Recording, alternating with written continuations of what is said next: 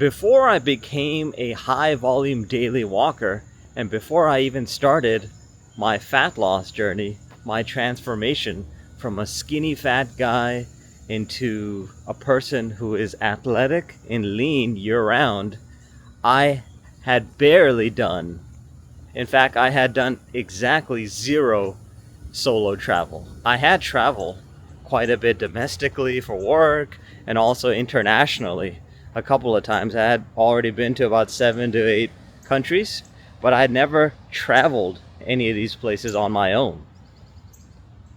But in 2024, I started to considerably rank up, or I should say level up, the amount of walking that I had initially started at the end of 2023. I started living on my own.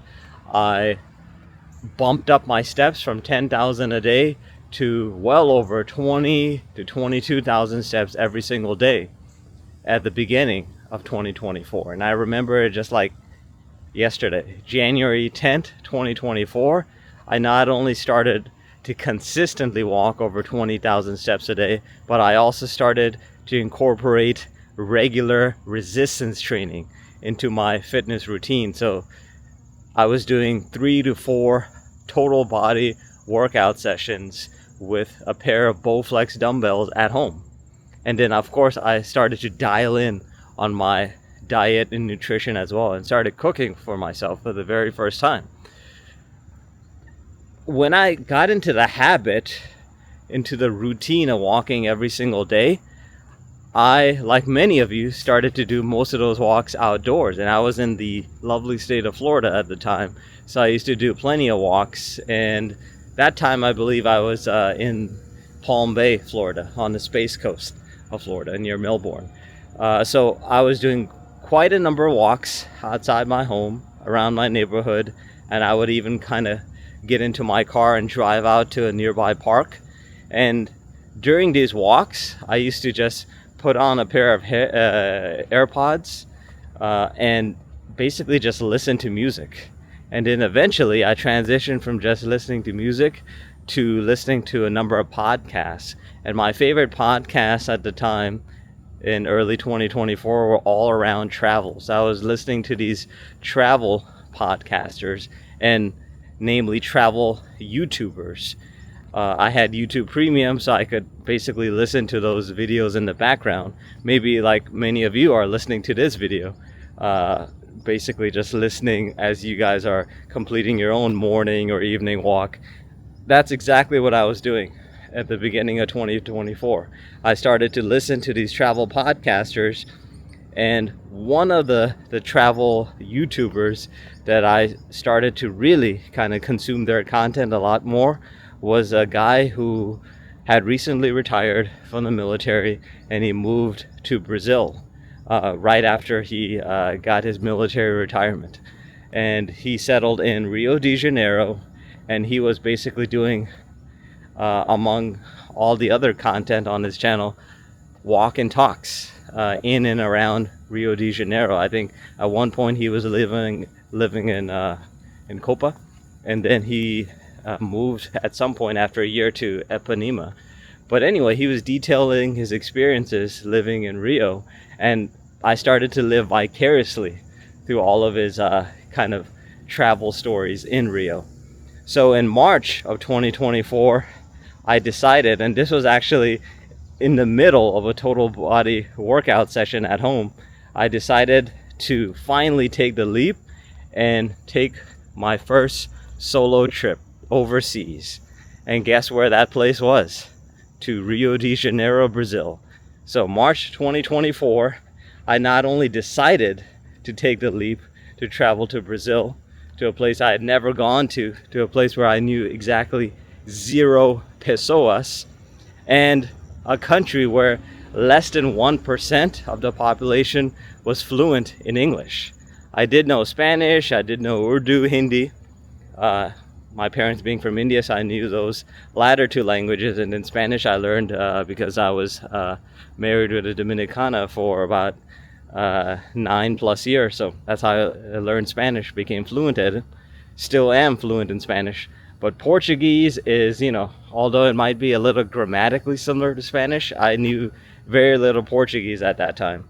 So I started to go all in on my language learning, as it particularly of Portuguese, and consumed Duolingo, Pimsleur. I even did a couple of tutoring sessions on italki prior to making the trip out to Rio for the very first time. But I would definitely attribute my decision to actually decide to go on my very first solo trip overseas thanks to those travel YouTubers, to that one specific travel YouTuber who I listened to on a daily basis from January all the way to March, every single day while I was pumping out those steps. So I was becoming more and more consistent at walking over 22,000 steps a day. And on each of those walks, both indoors and outdoors, I was just living vicariously through all of these solo travel experiences. So finally, the day of the trip came, and I went, caught my flight. At one point, my connecting flight, luckily I was on that flight, had to make an emergency landing in a part of southern or central southern Brazil called Curitiba, because someone on the plane actually got sick. So we had to make an emergency landing there. And instead of arriving in Rio at 6 a.m., I ended up arriving about 2 hours later. So no harm, no foul. And got there, checked into my Airbnb. And in the beginning of the trip, I was a little lost, a little confused, maybe even a little disoriented, because this was far and away a huge departure from my usual work routine. I had actually just started on a brand new team that year, and I was still kind of like very focused on achieving our like KPIs, objectives at work. So I still had work on my mind. And then at the same time, prior to leaving for that first solo trip, I heard a lot of, nagging and naysaying from my friends and family members, all telling me how solo travel in general was unsafe, and how traveling to countries in South America was also very unsafe and frankly batshit insane. So I had a lot of that negativity festering around in my head, and then of course I had a lot of pressure and stress from work built up as well. So the first few days weren't very smooth. I felt like,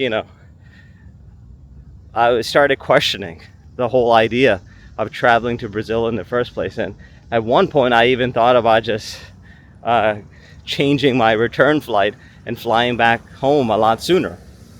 But then I settled into a new routine, because I believe that first trip to Brazil was just in Rio, just in Copacabana, and it was just, I believe, 8 or 9 days straight. I was just in that part of town. And I knew that if I needed to get used to solo travel, I needed to create a routine. I needed to create a routine that was 100% centered around my health and fitness, because that's exactly what I needed to improve. I had started this health and fitness journey a couple months prior to flying to Brazil, so I needed to continue that regardless of where I was at. So I committed myself once again to daily walking, and a majority of those daily walks I actually knocked out along Copacabana Beach, walking to the grocery store and actually getting all of my food, getting all of my supplies to cook my meals within my Airbnb. In the beginning of the trip, I did spring for restaurant food, fast food, kind of quick and easy meals. And when you're consuming crap, even overseas, you're gonna run into some crappy food, unfortunately, processed food that's also gonna wear on you, stress you out, make you depressed, make you more anxious. So you always, sometimes the answer to that anxiety and depression that you're feeling is in your food choices. So I immediately cleaned up my food choices, and then once again just continued to pump out my steps.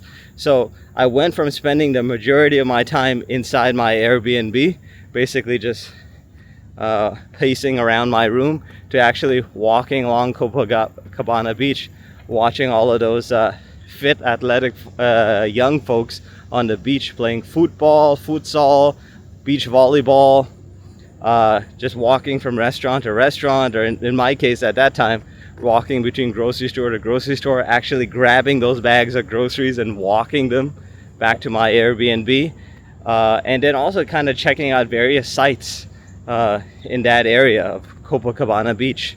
When I settled into that walking routine, then all of a sudden my trip my whole perception of the trip took a complete 180-degree turn, and I started to enjoy it.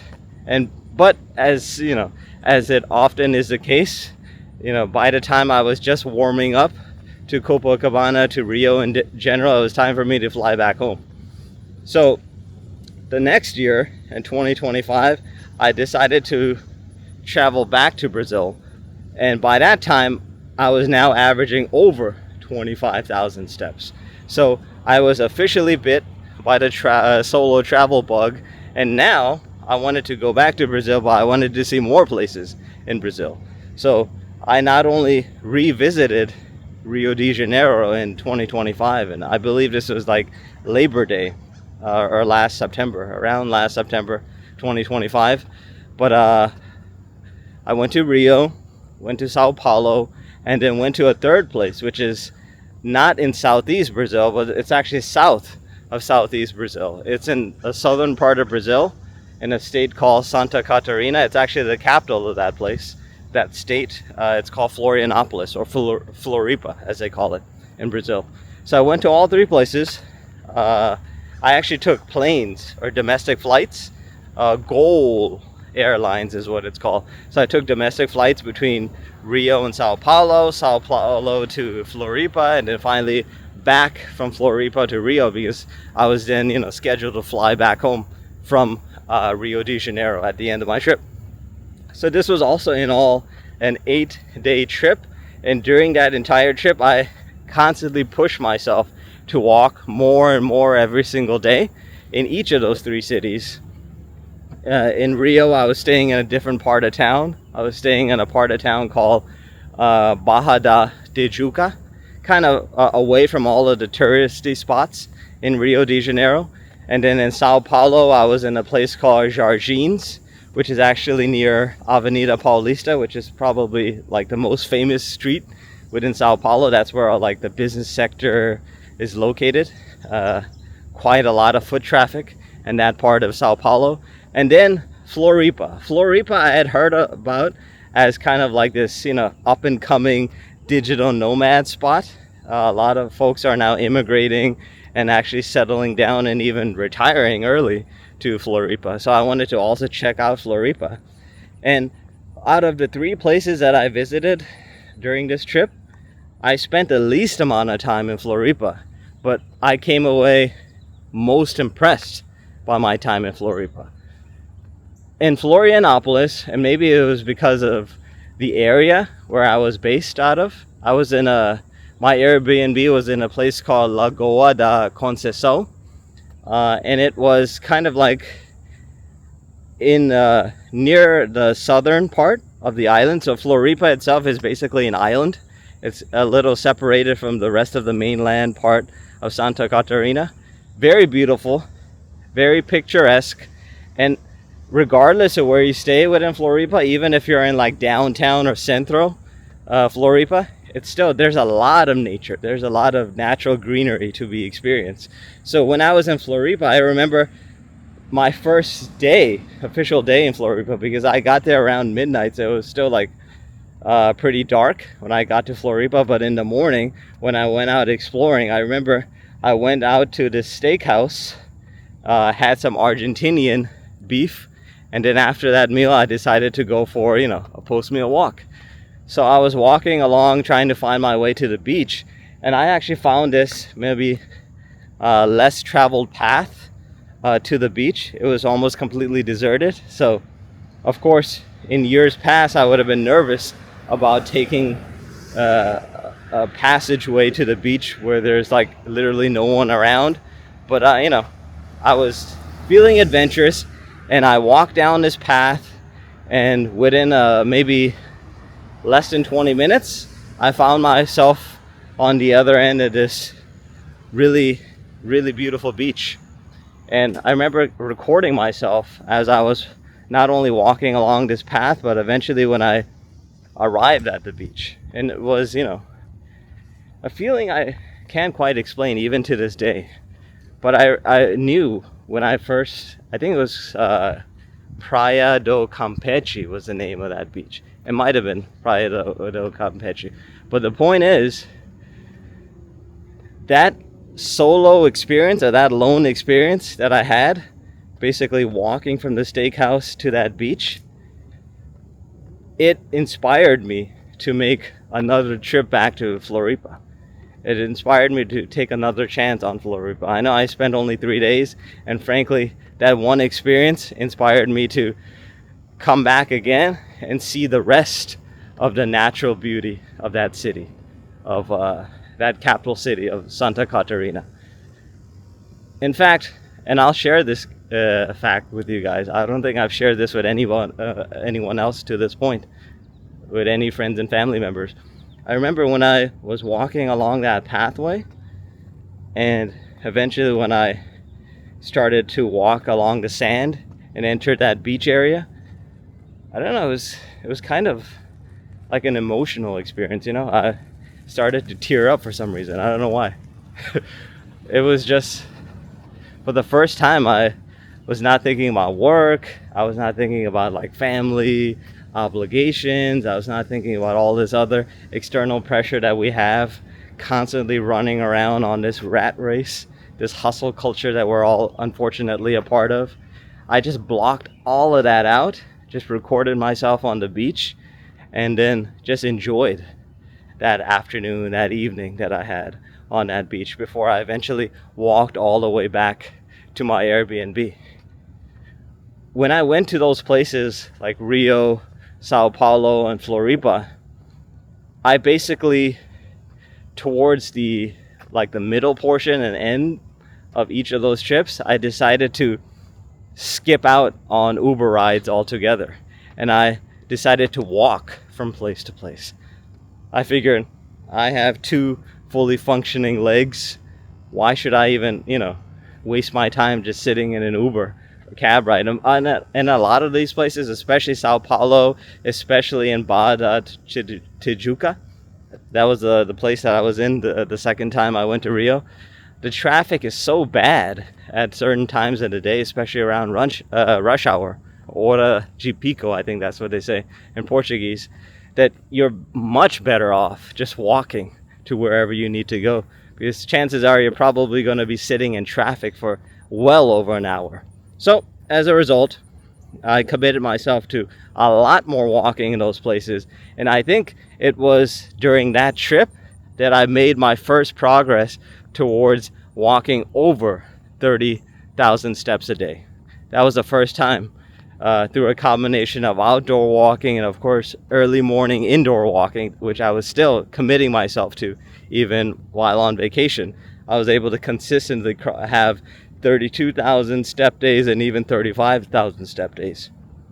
I made a 4 trip to Brazil in December of last year to João Pessoa, but overall the trip was okay. Northeast Brazil, it was a time of the year in December where there are quite a lot of tourists about, so not a lot of locals, not a lot of natives in that part of town, so the reception wasn't the same.